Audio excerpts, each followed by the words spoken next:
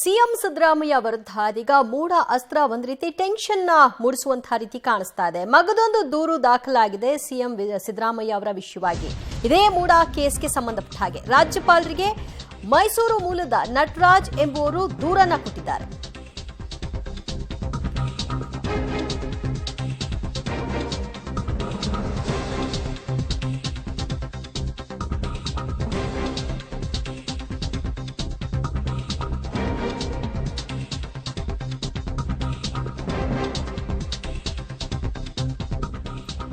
CM ಸಿದ್ದರಾಮಯ್ಯಗೆ ಮೂಡ tension ಹೆಚ್ಚಾಗ್ತಿರೋ ಹಾಗೆ ಕಾಣಿಸ್ತಾ ಇದೆ. ಇದೀಗ ಅವರ ವಿರುದ್ಧ ಮಗದೊಂದು ದೂರು ದಾಖಲಾಗಿದೆ.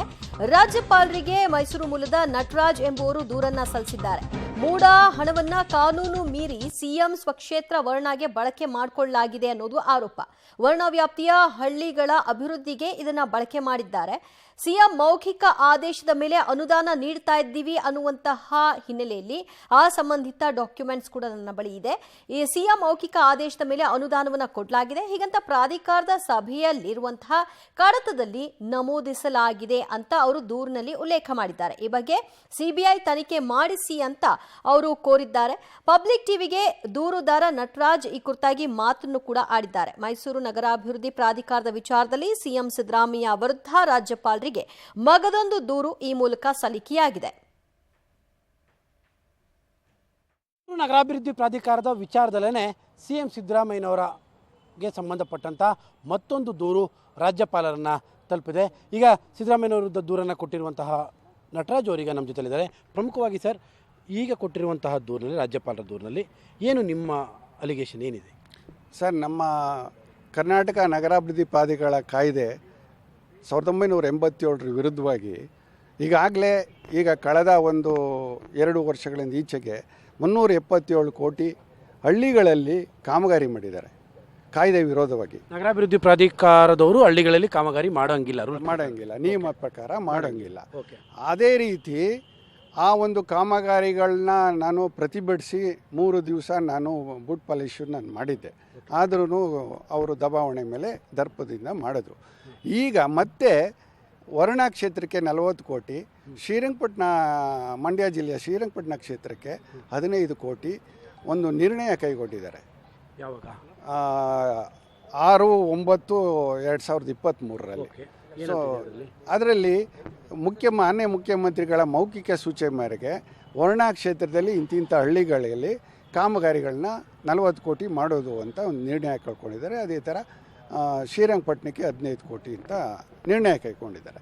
ಆ ನಿರ್ಣಯದ ಒಂದು ಪ್ರತಿ ಸಿಕ್ಕಿದ ಮೇಲೆ ನಾವು ಮೌಖಿಕ ಸೂಚನೆ ಅಂತ ಇದ್ದಿದ್ದರಿಂದ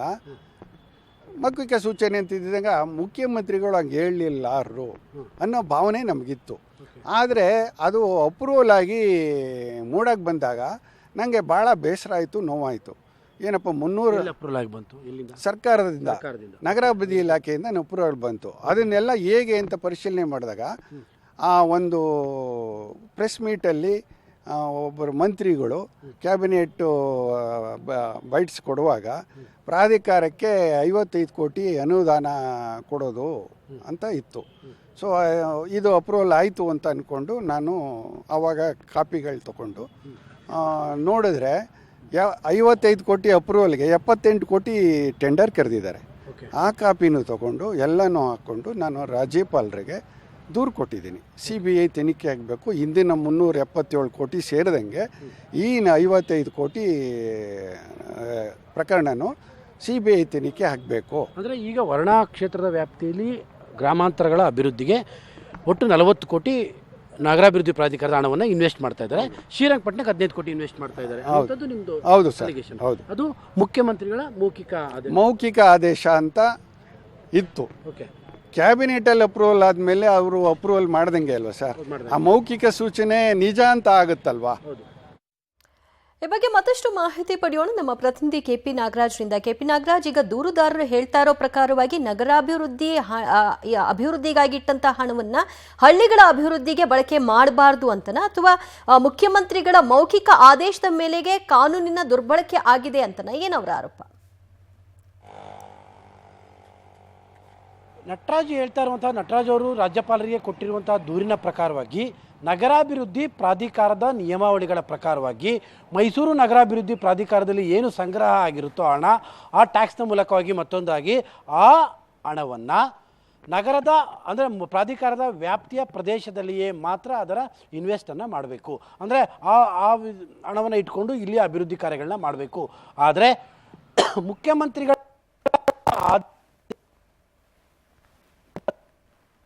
ಕೊರೋನಾ ಕ್ಷೇತ್ರದ ವ್ಯಾಪ್ತಿಯ ಹಳ್ಳಿಗಳ ಡೆವಲಪ್ಮೆಂಟ್ ಅನ್ನು ಮಾಡೋದಕ್ಕೆ ಮುಂದಾಗಿತ್ತು. ಇದು ಕಾನೂನು ಬಾಹಿರವಾದಂತಹ ಕ್ರಮ.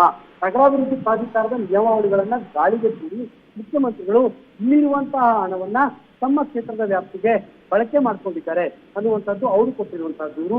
ಅವರು ಹೇಳ್ತಾ ಇರುವಂತಹ ಪ್ರಕಾರವಾಗಿ 55 ಕೋಟಿ ರೂಪಾಯಿನಷ್ಟು 40 ಕೋಟಿ ರೂಪಾಯಿನಷ್ಟು ವರ್ಣಾ ಕ್ಷೇತ್ರದ ವ್ಯಾಪ್ತಿಯ ಹಳ್ಳಿಗಳಿಗೆ ಮತ್ತು 15 ಕೋಟಿ ರೂಪಾಯಿನಷ್ಟು ಬೇರೊಂದು ಕ್ಷೇತ್ರದ ಅದರ ಶ್ರೀರಂಗಪಟ್ಟಣದ ಭಾಗದಲ್ಲೂ ಕೂಡ ಇಂತಹ ಅಭಿವೃದ್ಧಿ ಕಾರ್ಯಗಳಿಗೆ ಬಳಕೆ ಮಾಡಿದ್ದಾರೆ. ಹೊಸದಾಗಿ ಕಡತದಲ್ಲಿ ಮುಖ್ಯಮಂತ್ರಿಗಳ ಮೌಖಿಕ ಸೂಚನೆ ಅಂತ ಇದೆ ಅನ್ನುವಂಥದ್ದು ಅವರು ದೂರದಲ್ಲಿ ಹೇಳಿರುವಂತಹ ಅಂಶಗಳು. ಥ್ಯಾಂಕ್ ಯು ಕೆಪಿ ನಾಗರಾಜ್ ನಿಮ್ಮೆಲ್ಲ ಮಾಹಿತಿಗೆ.